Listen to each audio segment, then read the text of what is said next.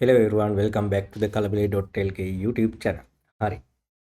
අද මම කතා කරන්නේ මේ card details අපි payment එකක් කරද්දී දෙන්න වෙනවා. අපි online payment එකක් කරද්දී card details අපිට enter කරන්න වෙනවා මේ ඒ e-commerce website වලට. හරිද? මම මේ ඉන්නේ temu.com website එකේ.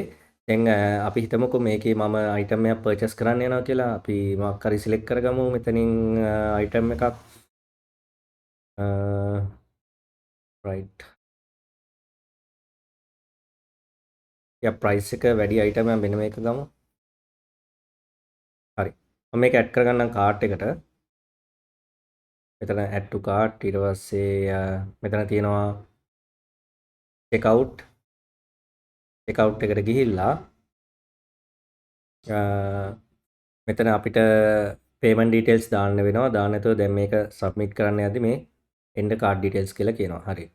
මම මෙතන card details දාගෙන submit කරනවා. ඒක හරිද? නෑ. ඒක වැරදි. හේතුව දැන් මෙතන card details අපි enter කරපුවාම ඒක save කරගන්නවා temu.com website එක.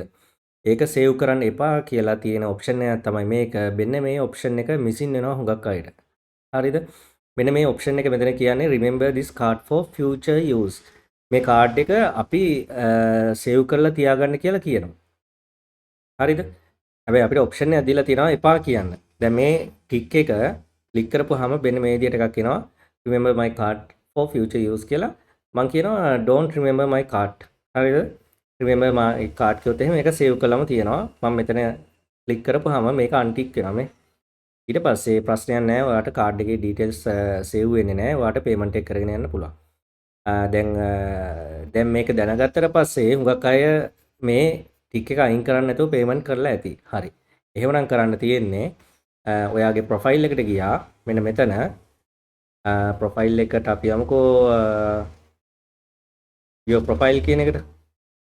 හරි. your profile කියන එකට ගිහිල්ලා අපි බලමු මෙන්න මෙතන left side එකේ මෙන්න මෙතන menu එකක් තියෙනවානේ. මෙන්න මේ menu එකේ මෙතන තියෙනවා your payment methods කියලා. හරිද? your payment methods. මේකට ගිහිල්ලා බලන්න card එක save වෙලා තියෙනවද කියලා. හරිද? දැන් මගේ card එක save වෙලා නැති නිසා මේ වගේ empty පෙන්නන්නේ. save වෙලා තියෙනවා නම් ඔයාලට delete කරන්න option එකක් එයි. අන්න එතනින් delete කරලා දාන්න card එකේ details. හරිද? හරි.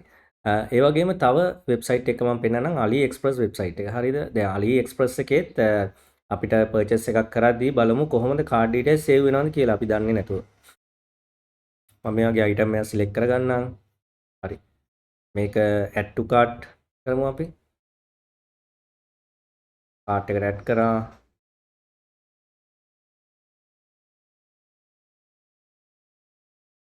ඊට පස්සේ checkout යමු. හරි. මේකෙත් අපිට card details මෙතන add කරන්න තියෙනවා. මෙතනින් card details add කරන්න ඕනේ. හරි. මේකෙත් මෙන්න බලන්න මෙතන තියෙනවා save card details කියලා තියෙන option එකක්. මේක untick කරන්න මතක ඇතුව.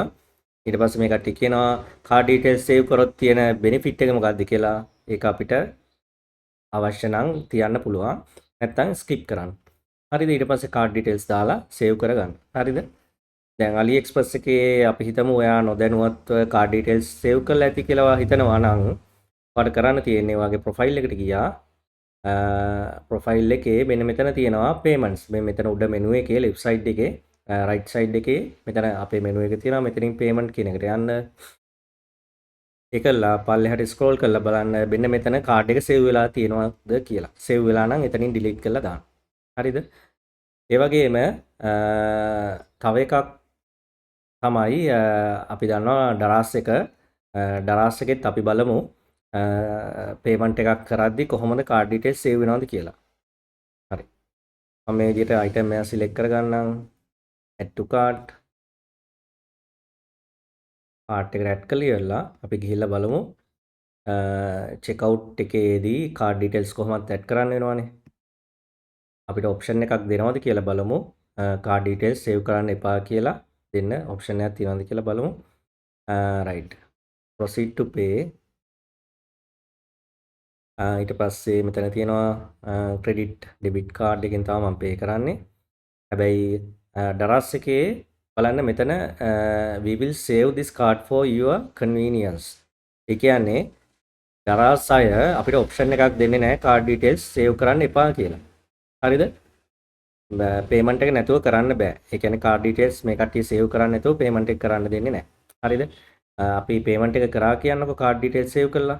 ඊට පස්සේ කරන්න තියෙන්නේ අපි පේමන්ට් එක කරලා ඉවර වෙච්ච ගමන් ඔයාගේ ප්‍රොෆයිල් එකට ගිහිල්ලා manage my account ගියා. මෙන්න මෙතන උඩ මෙනු එක තියෙනවා.